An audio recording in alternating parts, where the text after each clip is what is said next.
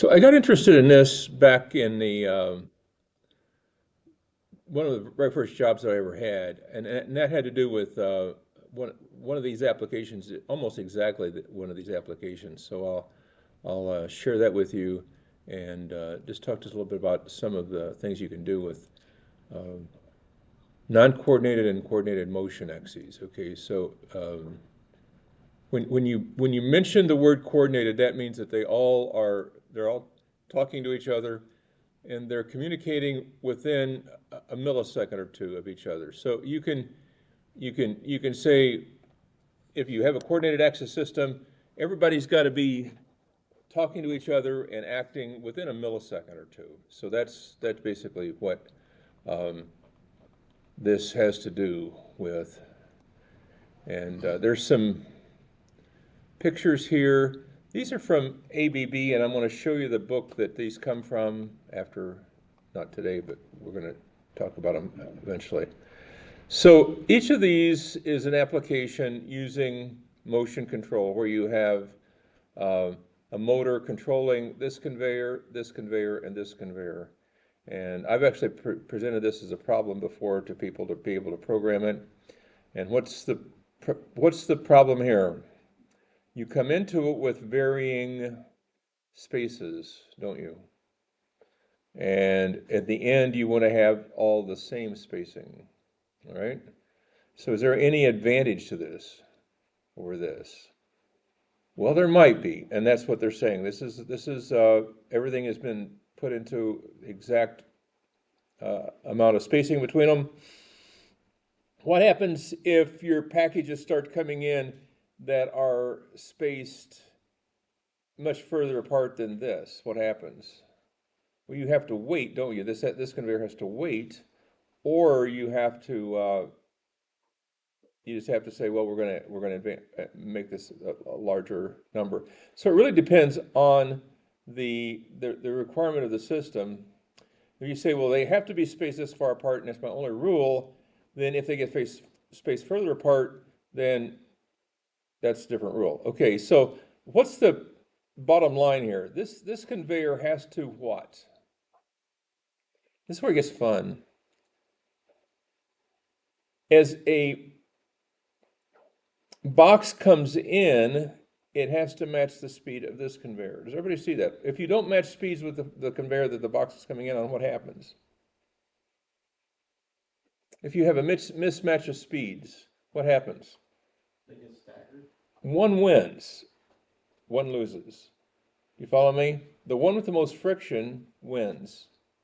And if the box is not touching exactly the same, it's unpredictable. So if you have a mismatch in speed between this conveyor and this conveyor, the position of this box can either get skewed this way, or you don't know where it's at. All right, it can be either forward or not. So basically, when you're trying to control the spacing of things and to know where what we call the leading edge, to know where the leading edge is, you must match speeds. If you don't, it's just good luck, do the best you can. Okay. Now, what else? Why else do you have to not mismatch speeds? What other reasons would you not want to mismatch speeds? Let's say that friction causes roughage, and that causes. Let's say you had something like glass there. You were putting glass on that conveyor, and you had a mismatch in speeds. And if one was rubbing it, whatever, it would scuff it up, wouldn't it? And have you seen a scuffed up piece of glass lately? If you had seen scuffed up piece of glass, what would you tend to do with it? Scar. Take it back to the owner or take it back to the vendor and say, you sold me a bad piece of glass. Okay, so again, do you follow me? This is something that sometimes becomes very, very, very, very, very meticulous, that you have to do it a certain way or else. Okay, so that's why you have to match the speed here with the speed here. Now, do you have to match it exactly? Eh, do you have to match it within a percent? Yeah, you should. Uh, you have to ask all these questions. Do you have to match it? What percentage? All right, those are good questions. Now, I'm not going to ask you to write this program. This is a very difficult program to write, and based on the criteria, this one can be starting and stopping. This one can be starting and stopping, and this can be starting and stopping. Everybody see that? You have to sometimes start this one, stop this one, start this one, stop this one, start this one, stop this one. And this one either can have the speed of this conveyor or the speed of this conveyor. Now, what if this conveyor and this conveyor are the same speed? Then you say, basically, we don't have anything to worry about. We just have to turn this one on. Everything just flows. But you have to ask that question, are they the same speed? Are they exactly the same speed? And whatever. You see the problems. There are many problems with this. Okay? Now here's another one. This one is cutting a blank, that this blank is then going to be punched using a punch press or something and made into a part for a car or whatever, or something else. But basically, automotive punch press applications, progressive or whatever. But you got the idea. Progressive means you hit it again, hit it again, hit it again, and finally make it into the part that you want it to be. Now, what is it about this? Well, you know the speed back here, don't you? You know this speed, because why? Well, this is these are tied down motors. Okay, this is a motor that has a specific speed, and you know that speed, and you know these rollers are based on that speed. Okay, so you know that unless there's slippage between the rollers, that if you roll this at a certain speed, this is going to be the speed of this out here. All right. So what's the question here? This comes down at a certain point, doesn't it? Are these blanks going to have to be the same size? How accurate do you have to be? Basically, when you come down, what's the tolerance of this cut from this line to this line? What's the tolerance of it? Now, here's where it gets interesting. You can say, well, I really don't care, and I'm going to be cutting a piece that is cut out of this, and it's got enough space around the edge that if it's a little off, I don't really care. Now you ask the question, do you need a coordinated system here? Are you willing to pay that price, which is going to cost you more money than a non-coordinated system, for being able to bring that size down to just what you need and no more? Follow me? So people like Guardian Glass, they cut when you have a system like, and their system is for cutting glass is very much like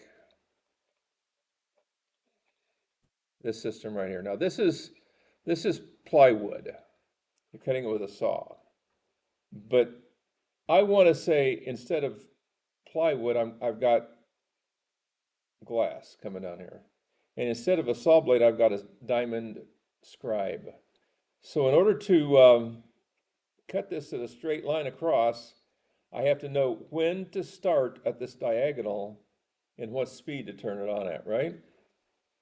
So what you have to ask yourself is, in order to get a nice 90-degree angle to this, what speed must this go at in order to do that? And are these always at the same point, or can this vary? In other words, can these cut lines, that when you start and when you cut across, can they vary?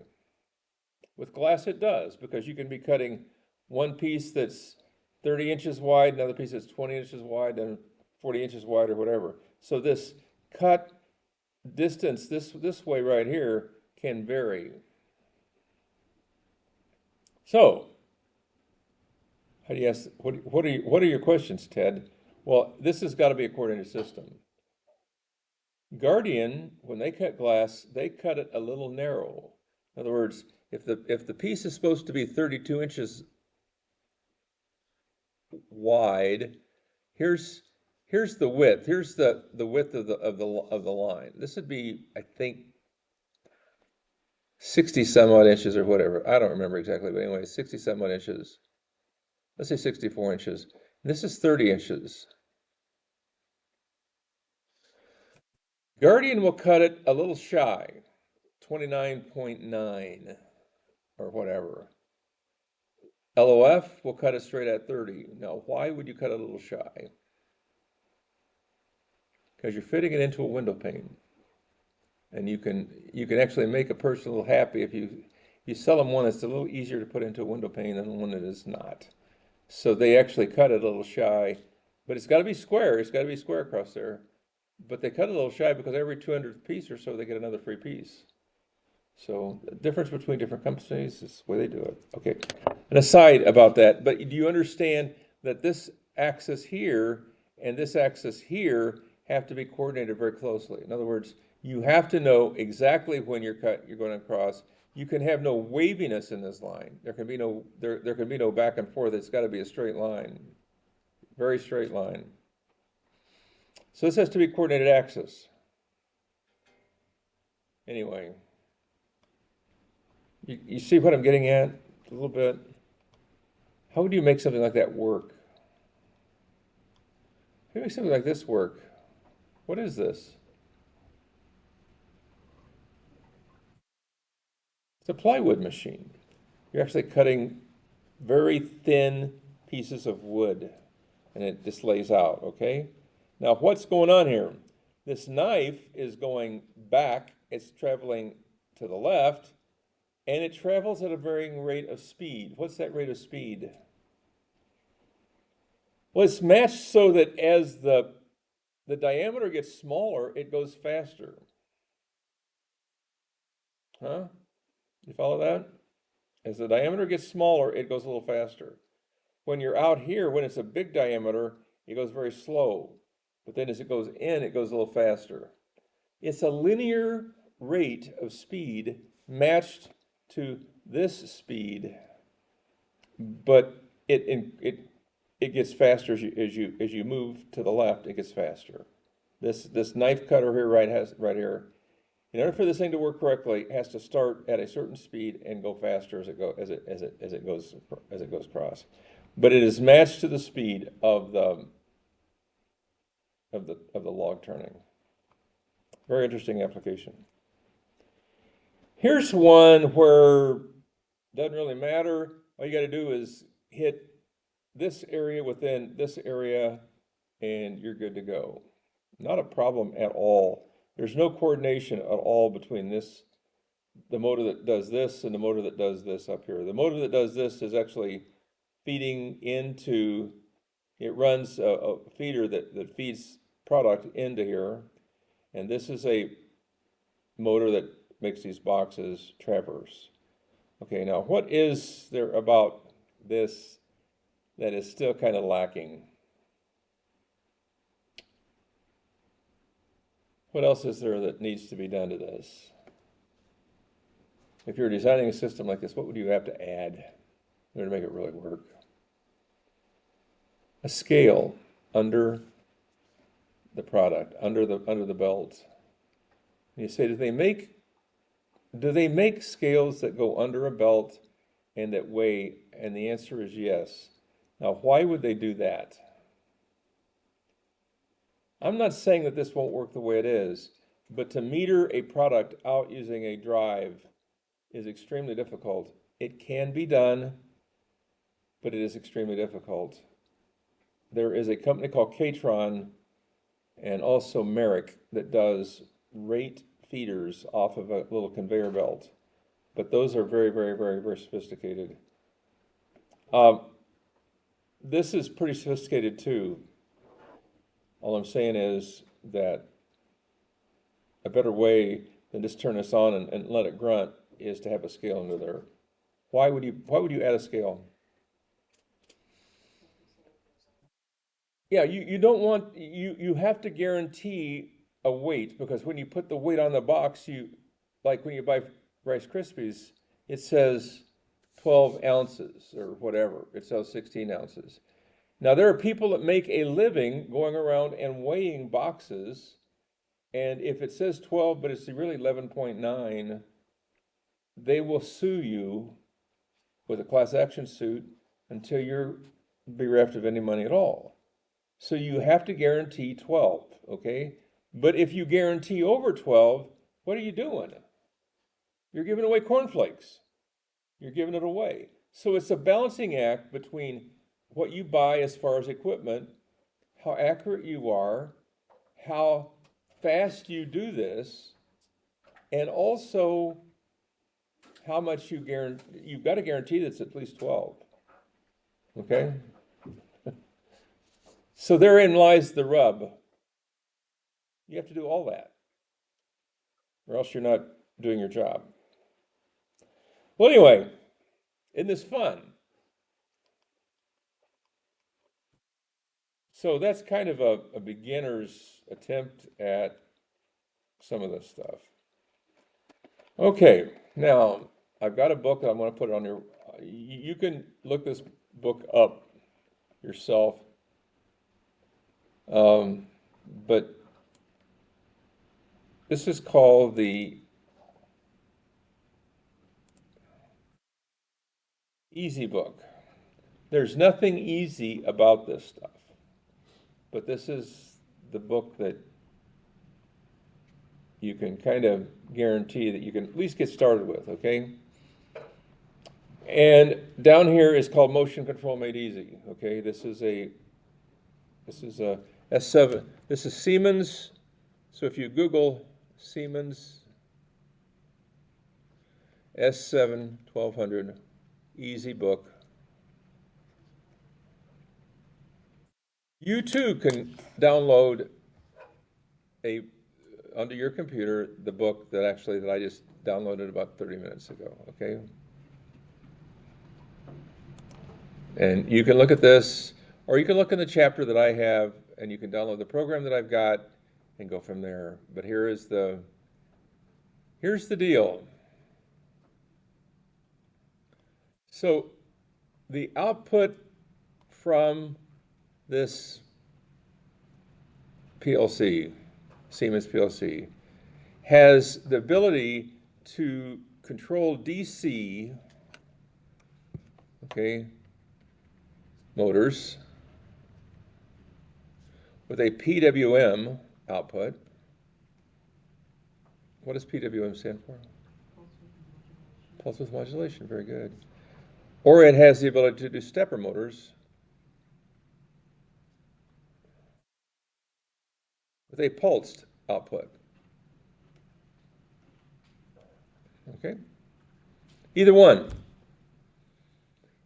Now, what we're going to ask you to do is to do a little simple program that does, I don't care how many times, but you hit a button on the screen, it goes forward 3 times, stops, dwells for a little bit, and then goes the other way 3 times. Okay, so it's basically it would control the downward action and then the upward action of a motor. All right, so that's all I'm asking you to do.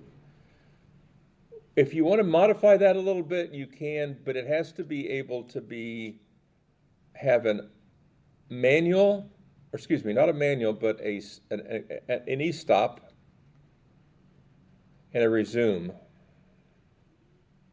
Those are 2 things I'm looking for. In other words, start the operation, and at the end it stops itself. But if I hit pause or e-stop, it stops wherever. And then if I hit resume, it starts from that point and then continues on. Now, why would I make you do that? Simple. There is a table option with these, but with the table option, it does not allow you to resume from where you stopped. If you stop it, you're shot. You follow me? So I'm asking you to provide additional code in order to do that. Now, lucky you, there were groups before you that were not able to perform this activity at all, so I wrote it for them. So it's in the book, all right? It's totally written for you in the book. All right? That's my deal for you. If you can get this working, then you're in. And let's go look and see if we can get it. Let's see if we can find it. In the chapter 17 book, at the end of the chapter, it's all there.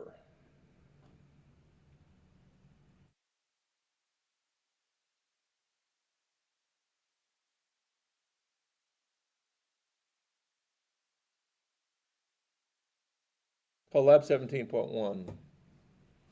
Okay, so this is going to be a double lab.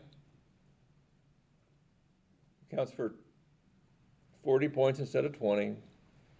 You have to, at the end of the day, all you got to do is do some screenshots and demo to me that you can do this. But basically, you have a auto and a manual. And when you start, it does step 1. And then there's a dwell. And then step 3. And then it comes back and ready to do it again. Okay. Now in manual, you have a jog button that jogs forward and reverse. Okay. Now how, pray tell, do you program this? Well, you can use these little switches like this if you want to, or you can use on the screen. It's either way. If you use the little switches, you can actually do that and then program this thing just like this. And down here is the HMI. Here's the program. Complete. All you gotta do is type it in. Honest to goodness, it couldn't be easier, except for the fact that you gotta get it to work. Okay.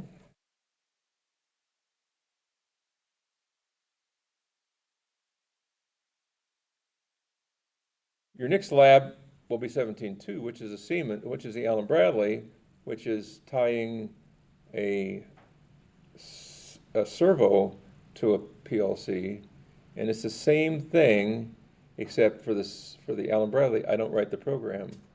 But guess what? It's the same program. You just have to be able to translate it from Siemens to Allen Bradley, and you're in. Do we Okay. have Allen Bradley that's working now? Pardon? I thought we were having issues with our Allen Bradley stuff. It's working. It's back up and working. Okay.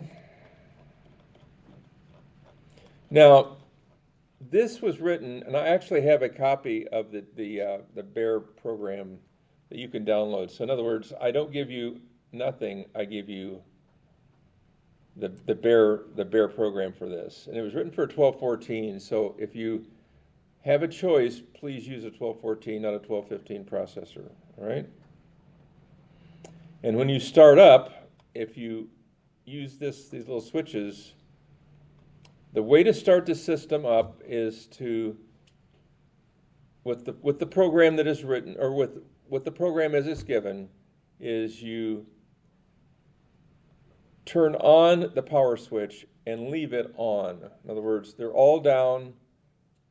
Then this switch is your power switch. Turn it on and leave it on. Then you toggle this switch, turn it on, turn it off, which is a reset. So you reset the drive. Then this would be a homing switch. You say, where's home? It's wherever you set it up to be. In other words, if you use the little stepper motor and you say, where do we get these stepper motors from? Ethan, where do they get their stepper motors from? SQ? You can get them a couple? I can put some in the lab. Okay. Some upstairs in the lab. Okay. So see Ethan, Monday you have a free day. If you want to see him or whatever, you can get started. So basically, I'm going to show you how to wire them as well. Wire them, download the program, get started, and then we answer questions, because it's going to take you a little while to get this to work. But realize that it's a stepper program. In other words, these little, it goes off to on, and every time that does that, it increments that motor a little bit, okay? And it increments it how much? Well, 200 pulses give you 360 degrees. Why is that? Because it was configured that way. So the configuration process is a pain, and it's pretty well done for you. If you really want to know, these are some of the most difficult programming assignments that you have because of the amount of things that you have to do to set it up. There's a lot to setting up this stuff, okay? And there's a lot of configuration to do, but it's been done for you. And here's some of the Allen Bradley stuff, and above it is some of the Siemens stuff. I'm just going to show you these configuration pages because they are painful, but they're given to you, and they pretty much work. Now, there is a configuration process that you would go through when you first start these up, and it works the same with Allen Bradley and Siemens. They both have a configuration set of pages that you can go through, and you can do this. So you say, how would you ever start this up from scratch? By the way, there is a servo motor. What do you see here? What are these little things right here?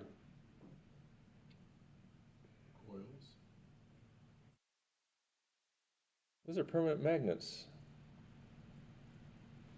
Okay. So with a servo, you have permanent magnets, and the field is really the armature. So they basically, what they did is they reversed the field in the armature. So the thing that rotates is these magnets. Okay. The field, which is out here, which is encased in this black goop, is the thing that you can control. So you cannot change the magnets, but you can change the field out here, which is really the armature. This is the field, this is the armature. It's exactly backwards to what you would have in a DC motor. So this is a DC motor with the field and the armature switched. Okay? So, what's the difference between a regular motor and a servo or a stepper?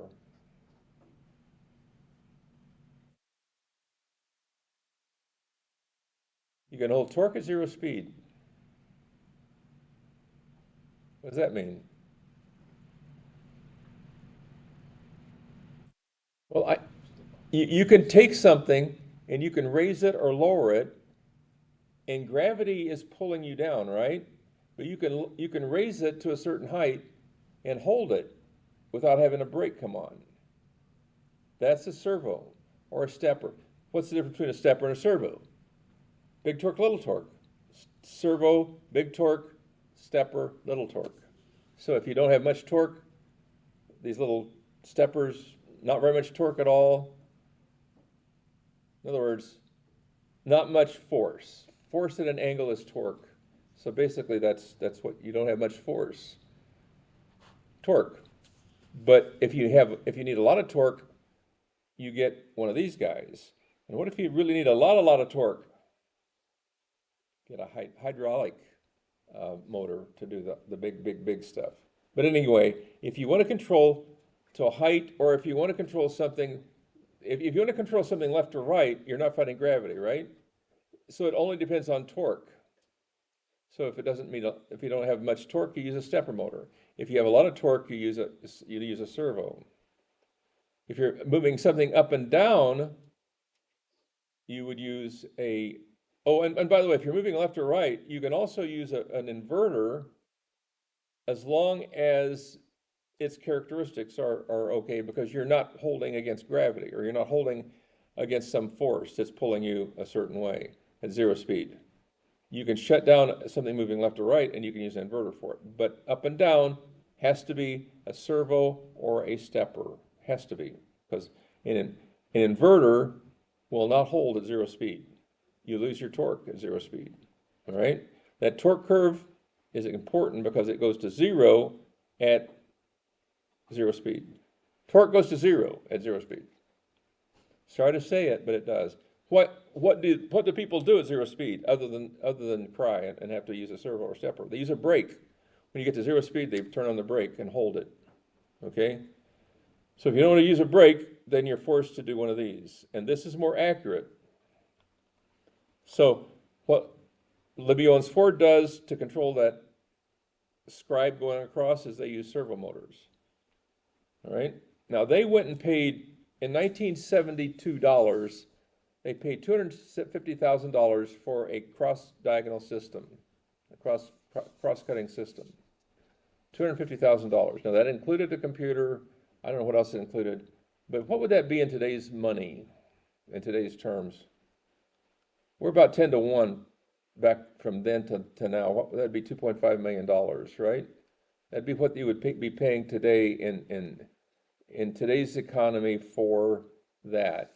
The reason I'm saying that is because I started working for Libby Owens Ford in 1971, and my pay per month was $900, and I was about average for a starting engineer. So what is it today? It's about $80,000, $90,000, which is roughly 8 to 1, 10 to 1 in that range. So you extrapolate and you say what would be the worth today as opposed to then? About 8 to 1, 10 to 1 in that range. So if you wanted to say what would it cost today to do that diagonal cross scoring, you would say 2 million, 2.5 million. But what has happened since then? They used a PDP-11 in that day, and it had to be all written in assembler. What would be today's remedy for that? How would you do diagonal cross scoring today? You can use a PLC, and they have what they call cammed operations that actually control multiple axes, and you can control multiple axes in a coordinated way with a PLC program. Now, maybe not with a 1200, but with a 1500, they have those programs. You will say to me, but sir, how do you ever justify doing something like that in a PLC? Well, you can, and people are doing that in a PLC today. So for a mere $5,000, $10,000, and then your programming time, you can do the same thing that they did for $2 million in 19. Do you follow me? You can do the same thing. And you may end up doing multi-axis programming. So anyway, that's an aside, but that's exactly. Now we only have 3 of these, so you're going to have to share when you get to the Allen Bradley side. With the Siemens side, everybody gets 1, or every 2 people get 1. You can do it in pairs. I don't really care. But here's the 6 instructions that you're given, and the bare program, in other words, the downloadable program. You're given this one, this one. You're giving this one, this one, this one, this one, this one, and this one. Okay?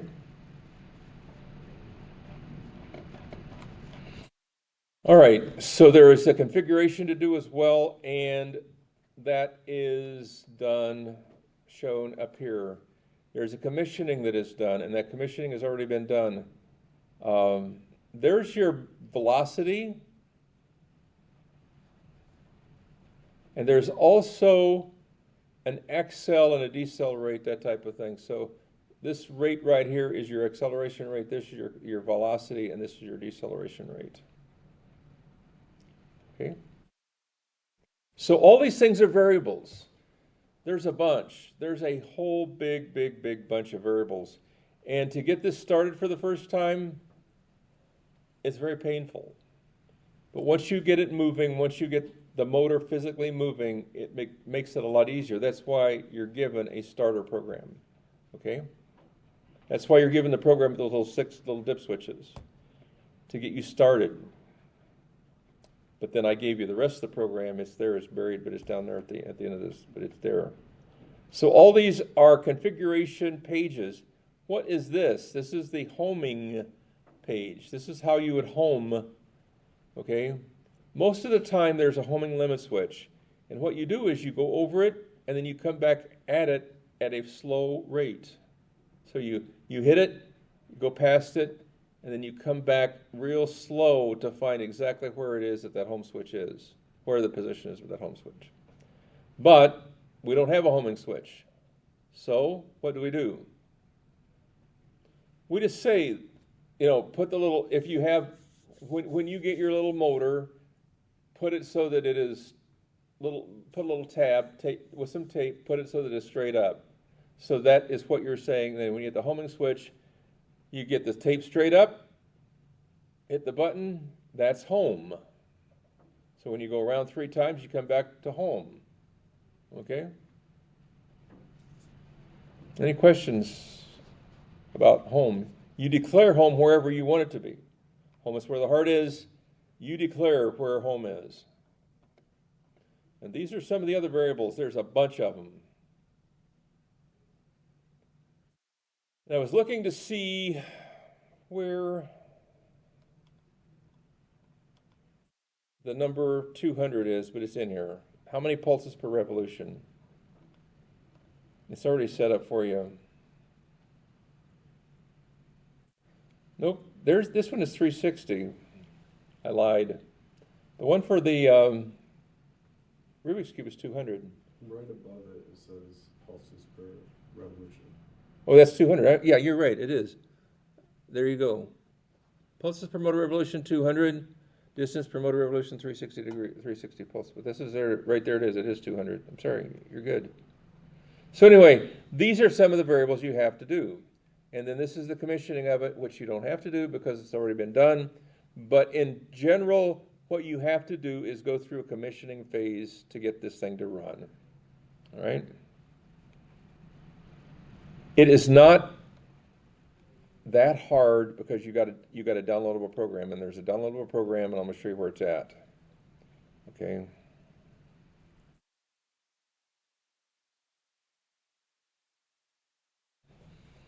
Under home, hybrid labs. Okay. Single axis servo, motor starter program, right there. Motor starter program, hybrid lab 19.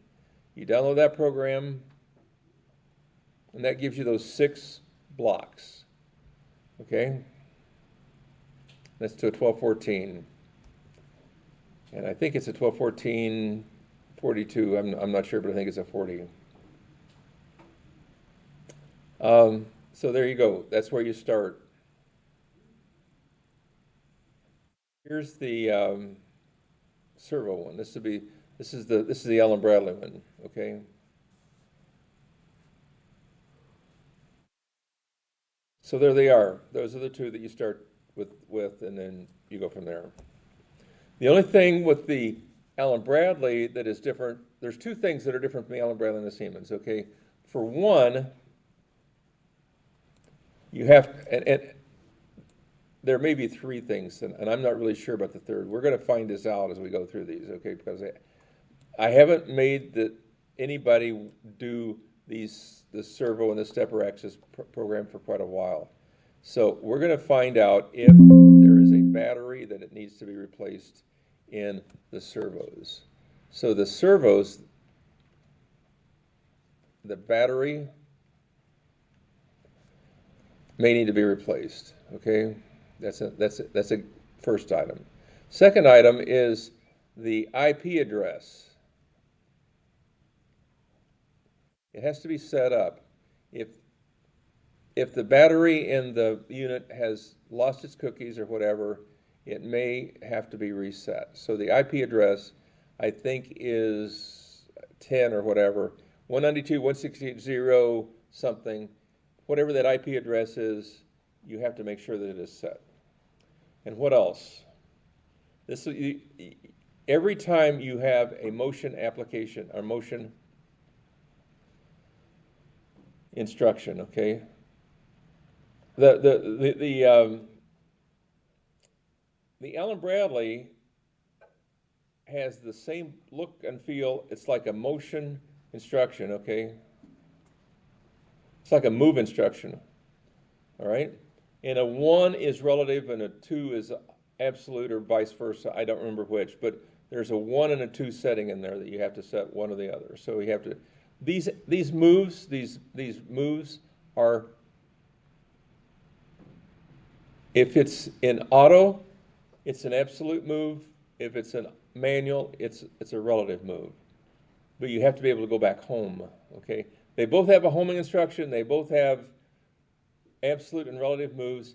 With Allen Bradley, you put a 1 or a 2 into the move instruction for your relative and absolute move. With Siemens,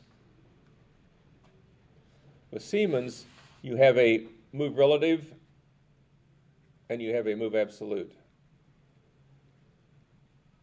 which are two different moves than just this one. Okay? But it's to move to a point. And then you also have, with Allen Bradley, you have a tag for each. Allen Bradley requires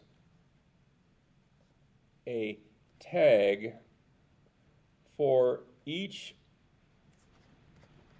motion move. Okay?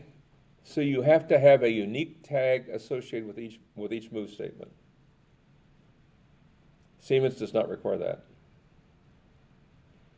So the first move would be tag 01, the next one would be tag 02, the next would be tag 03, and tag 04, tag 05, tag 06, tag 07, whatever. But you have to declare a new tag for each move statement. That's it. The rest of it, you can just copy from one to the other and you're done. But there's this, you have to configure a new tag, like timer 01, timer 02, timer 03, timer 04, timer 05 with Allen Bradley. With Siemens, there is no separate tag name for each instruction. This is an instruction move relative, and then you just fill in the stuff and away you go. With Allen Bradley, you need to add this tag name to it in order to get the thing to work. The only difference. Other than that, they look, feel, act, and smell exactly the same. So you get the one program to work, then you can go into the other program, and it should work, except for the fact that those batteries and those Ethernet addresses, IP addresses, may not work. Oh, what fun, right? Any questions that? Those are 2 labs that you got to do, and that's what I want you to do starting Monday. So you can come in, get the stepper motor one, and divide up into teams or whatever, and start doing the stepper motor one. And then basically do 17.1, then do 17.2, and that's your last lab. Promise you that's your last lab. You won't have any more labs. Okay? No class Monday. Next Wednesday we'll continue talking about this, where you're at, and then we'll go back and we'll start talking more about motor control circuits. I want you to be able to design a motor control circuit that'll do practically anything you want to do, but that's with AC motors. So this gets you an example of a stepper motor and a servo motor, and they're not coordinated, but you at least know kind of what they can do. The big difference between, the biggest difference between a stepper and a servo motor per se is the servo motor does not get hot, but it hums. When you do the enable, it'll sit there and you'll hear it. I mean, it's pretty loud. The stepper motor, you will not hear, but it gets hot. And they get very hot. And you just have to be very careful when you touch them. Not that you will get burned, but you'll end up dropping it, because if you pick it up, it will be very, very, very, very, very, very warm to the touch. They use that power to hold position. So they're holding their position with that current. And you'll feel it when you pick it up, because it's hot. The only other thing I can talk to you about is the story with the original. I can talk all day, you know that, but I don't want to bore you. But the original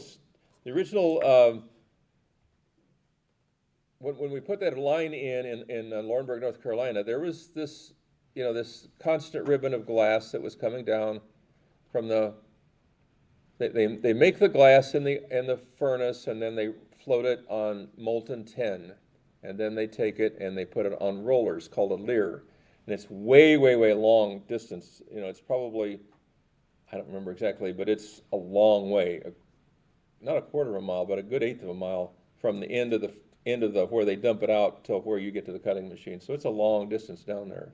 So anyway, this glass is coming down, and then they've got this scoring machine that does this scoring, does it across, and then there's a thing down here that when it gets to a certain point, it raises and it breaks. So there's a breaker.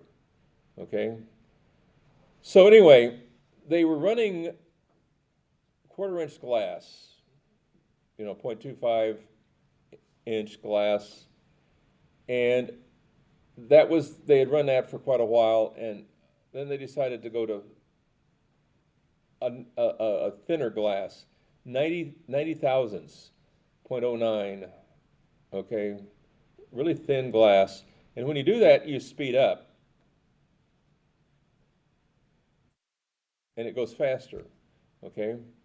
So they used an absolute encoder to keep track of these servo motors. It was a feedback device, so they wanted to know exactly where they were. So they had an absolute encoder, and these encoders was a 12-bit encoder, and it was out here on the line, and it had to go back to the control room. So anyway, long story short, when they started this thing at this faster speed, every once in a while, not all the time, but every once in a while, this cutter would go out and not come back. It would go out and get stuck in this, come back arbitrarily, whatever. It wouldn't go the whole way across. And it would just do this erratically. And nobody knew why. Nobody had a clue why it was doing it. Everybody got called in. This was a non-union plant, supposedly, and they were getting glass shipped in from other plants to reprocess and all that kind of stuff. And they thought somebody might have done something or whatever, and they wondered if anybody had gotten in to sabotage their facility and all that kind of stuff. And we all had to basically sit there and said, I have no clue, nary a clue. And so they finally called the Reliance company that had made this controller for this thing, and they sent their number one man down there, and his name is Tony Cachet. And Tony Cachet was he was the manager of the Reliance Electric group that did these specialized motion control applications. He wrote a lot of the code for this. He's a very brilliant man. He's also the person that designed the RS Logic 5000 system. So he designed the Control Logic system. He was the designer of Control Logics. Lived in Cleveland, Ohio, but this is before he became an employee of Allen Bradley. He was an employee of Reliance Electric. Reliance Electric was bought by, I think they bought, all that was bought by Allen Bradley. Anyway, they're both Cleveland-based. Anyway, Tony Cachet was a brilliant guy. So they got a plane for him to fly down from Cleveland to Laurinburg, North Carolina. So they were waiting for him to come in, didn't come in. And word came that the plane in process of flying to Laurinburg, or to the airport closest to Laurinburg, was hit by lightning, had to land in Washington, D.C., and Tony Cachet had to drive down from Washington, D.C. So anyway, that's the story of Tony Cachet. He got there, and he went in, and he looked at the layout of what had been done, and he came back, and he cussed everybody out. Now, I wasn't present when he did this, but evidently it was thorough, okay? It was thorough. Now, what did they do that caused Tony Cachet so much angst? Well, they took the bits from this. There were 12 terminals for these bits of each of these absolute encoders. So the absolute encoders, you know what an absolute encoder is? It's got black, and as the wheel turns, you see ones and zeros. It's the gray code. You know what gray code is? Where at each angle you only change one bit. You remember that? Okay, that's what an absolute encoder does. So you're getting 12-bit accuracy of a number coming back to you from that encoder, saying exactly what that position is. Okay? So there's a 13th bit for parity. So the guy who had wired this like this. He had wired it twisted pair, right thing to do, twisted pair, but he takes each pair of bits and he twists them. In other words, he did that. Okay? Now what happened? As the speed increased, the velocity of these ones and zeros turning on and off increased. And every once in a while, your parity would be off with the higher speed. So what was the right wiring technique to use for this? It wasn't to take every other bit and use it for that. You have to use ground or zero for the other bits. So each of these, the right way to do this was, there's 8 bits, there's 12 bits in the actual application, but take one bit, and then the ground or the zero reference would be the other bit. And then this one would be the same way. You'd have that and the ground reference for the twisted pair was one bit would be ground, the other bit would be your signal. Worked 100%, never had a problem again. That's what he told them. Now you'd say, that was a bad mistake. That was something that you would never want to do, or you would think that would, the crosstalk would, that was, all it was is called crosstalk. Because those two wires were, with the advanced speed, were talking inadvertently at times with each other, and you would get RC time constants that would do this. One would be on its way up, while another one was a little bit faster and would be like this. You see what I'm saying? And they would be talking at each other, and they would be and it would mess up. All right? So you do not want to have 2 bits that can crosstalk with each other that would go back like that. Anyway, you'd say, well, who would ever do something like that? Well, the designer of that system that put this in together, he became the controls lead engineer at Libyon's Ford. Didn't matter. It's not like you're going to end up being that he just made a mistake is what he did. Sometimes you get away with it, sometimes you don't. This time he didn't, but didn't matter. He's a good guy.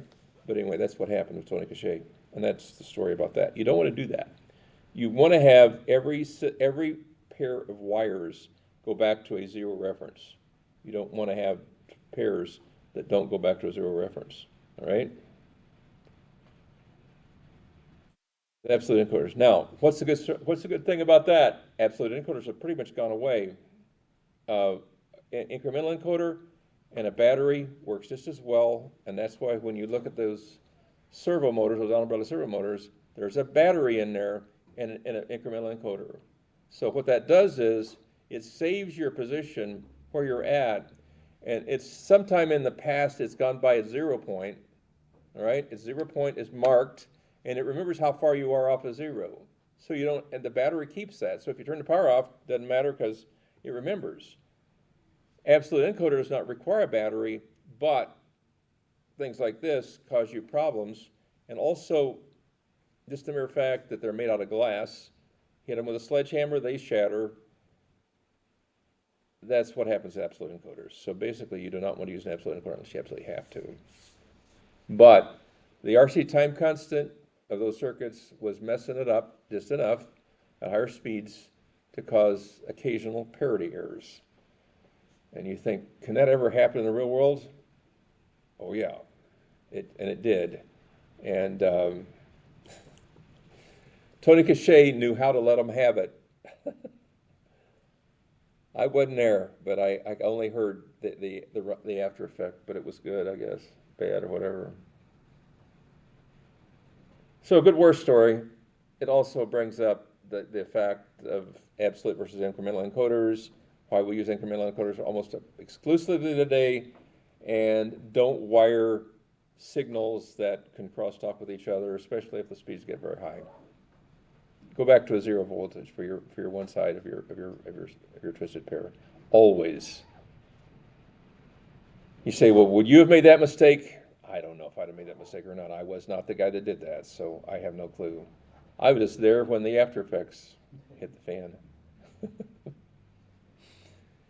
Any questions anybody's got? You know what you're going to do on Monday or Wednesday or whenever? So your labs now will be up in 2350. There's where all this stuff is. 4575 pound sign, and that'll get you in. So get a PLC. See Ethan for a. Oh, and by the way, the wiring for the drives for the PLC for the stepper is in the wiring. There's several different wiring diagrams for the stepper. The one that is the best one, the one that you're going to get, is the one that is in the Rubik's project. So it's what we've gone through is an evolution of motors. And when I started out doing when I started out with Chapter 17, I was determined to have a motors lab. And I started out with a stepper motor and then a chip on a board. And I could never get the right, it was a 2708 or whatever, I don't remember exactly, but anyway, it was a chip that I could never get the right resistor values for, and every time I tried it, I blew up the chip. So I finally found this board. If you read Chapter 17, I finally found this called an eval board. Now that was before the maker stuff became so prevalent and the robotic stuff became so prevalent. But it worked, and that was the first way we did it. And then I found out that you could go straight from the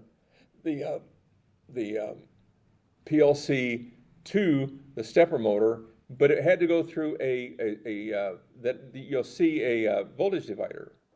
You'll see that circuit.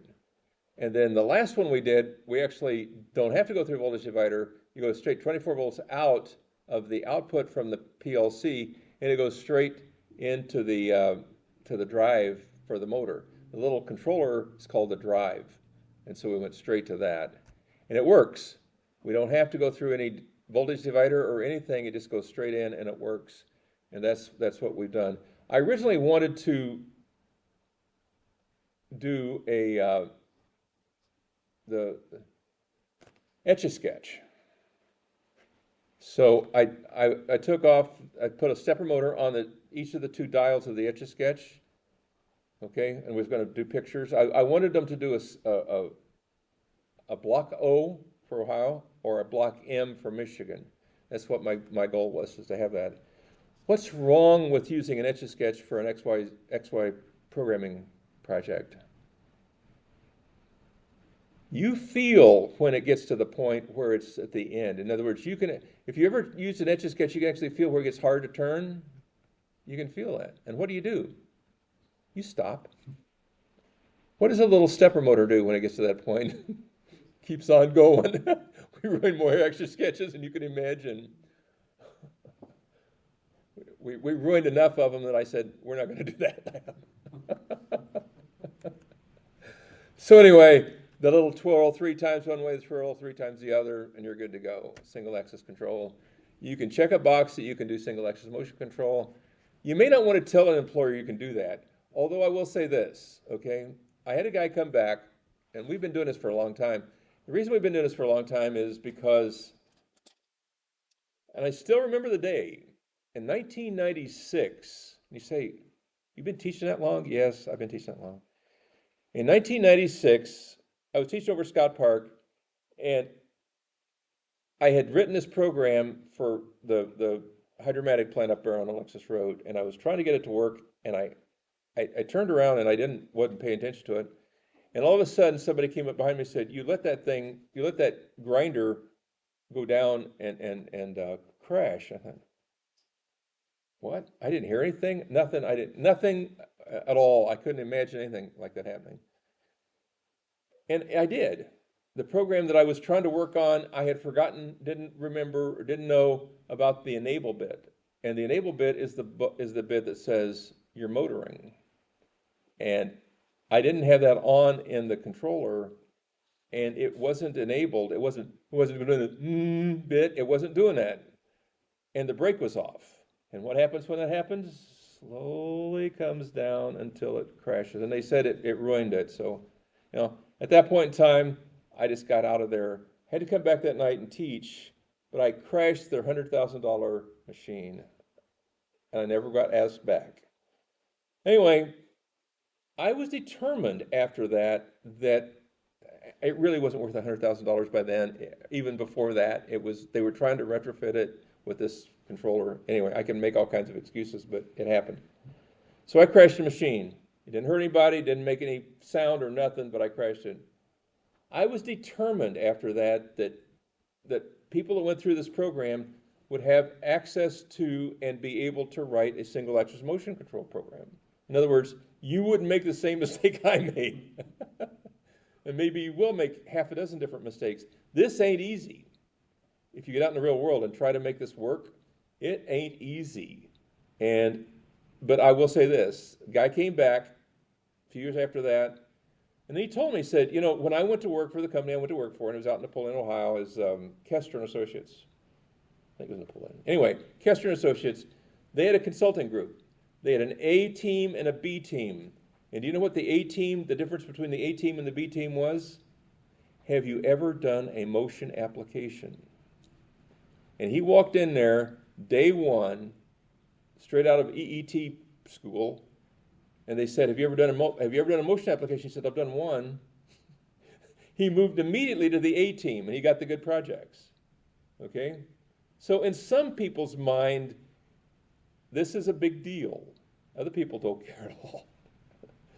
And I didn't do this because of him. I did it because I crashed a machine. I was determined. I wanted other people to have the benefit of knowing a little bit about motion commands, that type of thing. Whatever. I'd like you to know how to do this stuff a little bit. So the experience is well worth it, I think. Just go through it. Whether you meet up with somebody that says, now, have you ever done a motion application? You go to the head of the list or not. I wouldn't look for that, but on the other hand, you never know. But it ain't easy, and you get out in the real world, getting these things started up, all those configurable values, oh my goodness. You know how long it might take you to get all those right, to get the thing to actually turn? Days, weeks, months, it can happen. So you definitely want to. The other thing I can tell you is, don't try to marry A to B system. In other words, don't try to take a motor from one company and marry it to a controller from another company. Don't do that. That's what we were doing. We were taking an Allen Bradley. We were taking the one that I crashed was it's Italian. Anyway, it was an Italian system, Italian servo, but they were using Allen Bradley stuff. We were trying to put a Modicon controller on it. We were meshing two dissimilar systems. And when that happens, what happens if you have a problem? You call Allen Bradley? Nope, because they'll point to Modicon. If you call Modicon, nope. Who do they point to? They point to the problems of the Allen Bradley side. You have to be very brave if you try to marry two systems together. Don't do it. Just get one system from one manufacturer all the way through. So when a problem does come up, you call XYZ company and say, what the heck is going on? And usually they will respond. Take care. See you later.